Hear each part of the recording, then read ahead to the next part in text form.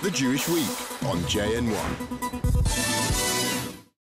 Kids love bedtime stories, and many Jewish children in Los Angeles are getting special books from Israel so they can learn Hebrew and develop their Jewish identities. I like this book. 3-year-old Matan and his 1-year-old brother Shalev are among 10,000 families in America participating in Sifriyat pajamas. They receive 1 free book a month. It's written in Hebrew. Until Dikla Kadosh enrolled her kids in Sifriyat pajamas, she says it was nearly impossible to find books in Hebrew in America. Often the language in books is a lot more elevated than the day-to-day language, so it really develops their vocabulary in Hebrew. There are questions in the back of the books which help parents start a dialogue with their kids about Jewish values. Instilling a strong sense of respect and pride in their Jewish culture is extremely important to the Kadosh family. I was born in Israel, but I grew up here, and I nearly lost the ability to speak Hebrew because it's just so much easier to speak whatever language wherever you're living. And so when my husband and I started talking about kids, we made the decision before they were even born that at home we were always going to speak Hebrew. The books are free for families. The Adam and Gila Milstein Family Foundation, in part, funds the $1 million program. Adam Milstein and his wife Gila say it's extremely important for Israelis living in America, where assimilation has become an issue. Israelis don't know that they live in the diaspora.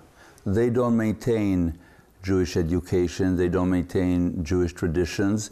You know, when you live in Israel, we don't need to prove our Jewishness, we don't need to keep it because it's all over. On holidays, everything is closed, even if they don't go to the temple, but there is the atmosphere of holidays and holiness.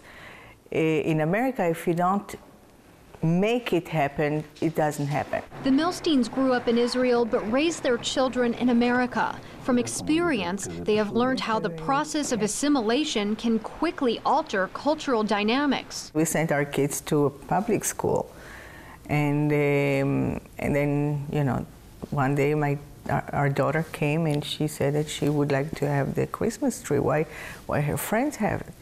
So then we realized that it's time to do something. Now, with their children fully grown, the Milsteins want to support other parents.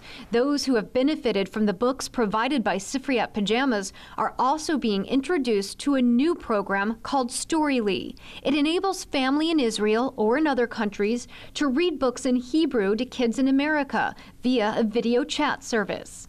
In a normal situation, when a grandpa calls his grandson here in Los Angeles, what can he say to the grandson? Hello, Tommy, how are you? You know I love you. And that's where the conversation ends. But here, it can be half an hour of interaction, telling stories, asking questions. Kadosh also hopes to enroll her kids in that program in the future. That's something that would be awesome for us because most of our family is still in Israel. The Sifriyat Pajamas program, which is already a success in Israel, established roots in America in 2011 and currently serves 10,000 families nationwide. The Milsteins are aiming to expand the program so it reaches more children and becomes part of the curriculum in Jewish schools across the United States. As the program grows in popularity, organizations plan to hold community events so kids can further their understanding of Hebrew and Judaism. Lindsay Mastis for JN1, Los Angeles.